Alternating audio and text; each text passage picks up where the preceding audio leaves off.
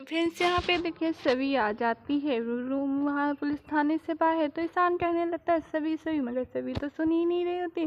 तो सभी से कहने लगता है कि बताइए अंदर क्या हुआ। मैं तो सभी कहने लगती है कि तुमसे मतलब। तो ईशान कहने लगता है मैं यहाँ आपके हस्बैंड की तरफ से नहीं है, एक तो डायरेक्टर की तरफ से आया हूँ, प्लीज़ हमें बताइए क्या होता। सभी कहने लगती मेरे सपनों का गला घोट दिया गया, मुझे 5 साल के लिए बैक कर दिया गया है और मैं अपनी 5 साल ना किसी कॉलेज में मैं अब डिवीज़न ले सकती हूँ और ना ही किसी कॉलेज में हम कुछ भी पेपर दे सकते हैं 5 साल के लिए। ये बात कहने लगती तो कहने लगती ईशान से सभी कि मुझे कोई ज़रूरत नहीं आपकी, ना कोई हेल्प चाहिए। तो यहाँ पे देखिए सभी चली जाती है। ईशान सभी को देखता रह जाता है, मगर सभी तो बोल देती है कि मुझे कोई हेल्प चाहिए ही नहीं। तो यहाँ पे देखिए सभी आ जाती है कॉलेज में और उसी लड़कियों को तीनों को ढूंढने लगती है जिसने झूठा आरोप सभी के ऊपर लगाया था। तो चिल्ला रही होती है, मगर वहाँ पे देखिए वो कह रहा होता है सब मैडम आप अंदर नहीं जा सकती हो, प्लीज़ मैडम आप बात मानिए। मगर सभी किसी की बात मान ही नहीं रही होती और उन्हीं को ढूंढ रही होती हैं, मगर वो लड़के कहीं दिख ही नहीं रही होती। तो एक बोलता है कि उसके रूम में देखिए कहीं होगा।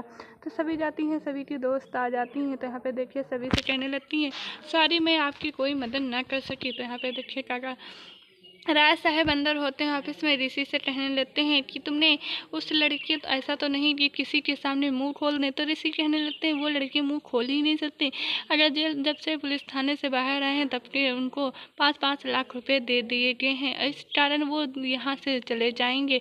तो कहने लगते हैं कि वो जाने से पहले अब तो सभी के पास कोई यहाँ से रुकने का चांस बचा ही नहीं, अब तो सभी चली जाएगी ये गाँव ये देश छोड़ के। मगर क्या सभी जाएगी। यहाँ पे देखिए सभी आ जाती है और अपने दोस्तों से कहने लगती मैं ये एप्लीकेशन लिखूंगी जिसमें लिखूंगी कि मैं विराट और सही की बेटी हूँ, मैं हाथ तो बिल्कुल मान ही नहीं सकती हूँ। तो यहाँ पे देखिए एप्लीकेशन लिखने लगती है और उसमें लिखती है कि मेरे पे एक अच्छी स्टूडेंट होते हुए भी झूठा आरोप लगा हुआ है। यहाँ पे देखिए अस्पताल से फ़ोन आ जाता है। तो सभी कहने लगती मेरी ताई ठीक है। तो यहाँ पर कहने लगते हाँ आपकी ताई जी तो ठीक है, मगर मुझे आपको कहने में शर्मिंदा है मैं 3 दिन से आपने कोई फ़ीस और कोई अस्पताल की फ़ीस नहीं जमा की है, तो प्लीज़ मैडम आप जमा कर दीजिए, अभी 10,000 रुपये ट्रांसफ़र कर दीजिए। तो यहाँ पे देखिए सभी के पास 10,000 नहीं। यहाँ पर कुछ नेता के वैग आ जाते हैं, कहने लगते मैंने आपसे पर्चा कहा था 1,000 पर्चे हमें दीजिए। तो कहने लगते मेरी मशीन ख़राब हो गई मैं कैसे दे दूँ। तो यहाँ पर सभी आ जाती है, कहने लगती सॉरी मैं आपको बीच में बोली, मगर मैं अपने हाथों से बना के तुमको 1,000 पर्चे दे सकती हूँ सुबह तक, क्या मुझे आप पैसे दे दो। तो यहाँ पे वो कहने लगते हैं कि क्या तुम यहाँ पे सभी 10,000 5,000 दे देते हैं और कहते हैं 10,000 काम पूरा हो जाएगा तब दे देंगे। तो यहाँ पे देखिए सभी बना रही होती हैं और ईशान के बारे में ही सोच रही होती हैं। ईशान ने कैसे सभी का हाथ पकड़ के पुलिस वालों को दे दिया था, यही बारे में सोच रही थी और बहुत ही ज़्यादा रो रही होती उसके अंदर है। तो यहाँ पे देखिए सभी वेट होती हैं और ईशान के बारे में सोच रही होती हैं कि कितना वेट है। अब बस वो पुलिस की बारे सोच रही होती कि जिससे 5 साल के लिए उन्हें कॉलेज से रेड कर दिया गया है और ना वो किसी परीक्षा में बैठ सकती हैं, ना किसी कॉलेज के वाले में एडमिशन ले सकती हैं। यही बातें सभी सोच रही तो रोने लगती हैं। तो फिर सोचती हैं कि मुझे रोने का कोई वेट नहीं। यहाँ पे देखिए राय साहब आ जाते हैं खाना के लिए, सब लोग बैठे होते हैं। तो यहाँ पे राय साहब आज बहुत ही ज़्यादा खुश होते हैं। तो यहाँ पे सुलेखा से कहने लगते हैं कि आज दीजिए मुझे। तो यहाँ पे देखिए उसमें कहने लगते हैं नमक नहीं। तो यहाँ पे नमक का डब्बा उठाते हैं, तो जिनमें डब्बा उठा लेता कहने लगता है इसमें तो नमक है ही नहीं, आपने ऐसा नमक छिड़के लड़ने वाले आपने ऐसा कर दिया कि नमक बचा ही नहीं।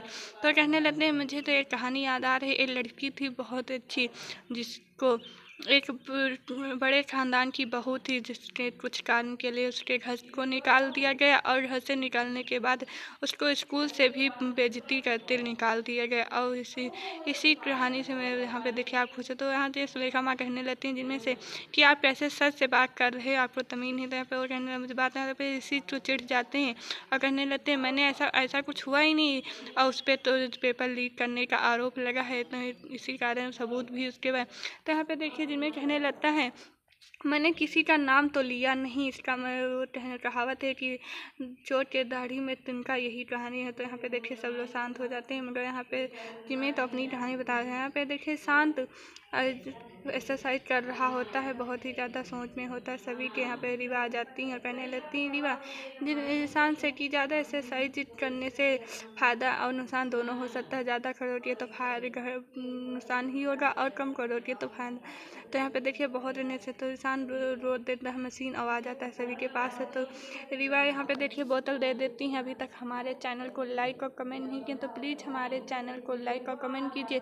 उसी के पास छोटी सी बेल की घंटी दिखाई देगी, उसको भी प्रेस कर दीजिए ताकि आपको सबसे पहले हमारे वीडियो देखने को मिले। तो यहाँ पे देखिए रीवा कहने लगती है ईशान से कि यहाँ पर ईशान कहने लगता है कि मैंने सभी से मिला था, सभी ने कह दिया मुझे आपकी कोई हेल्प नहीं किया। अगर उसको हेल्प नहीं लिया, अकेले ही लड़ना है तो अकेले लड़े, मुझे क्या है फ़र्क है। मैं तो फालतू में उसके बारे में सोच रहा हूँ, वो मेरे बारे में एक पल भी नहीं, ना कोई उसके लिए मेरी अहमियत है।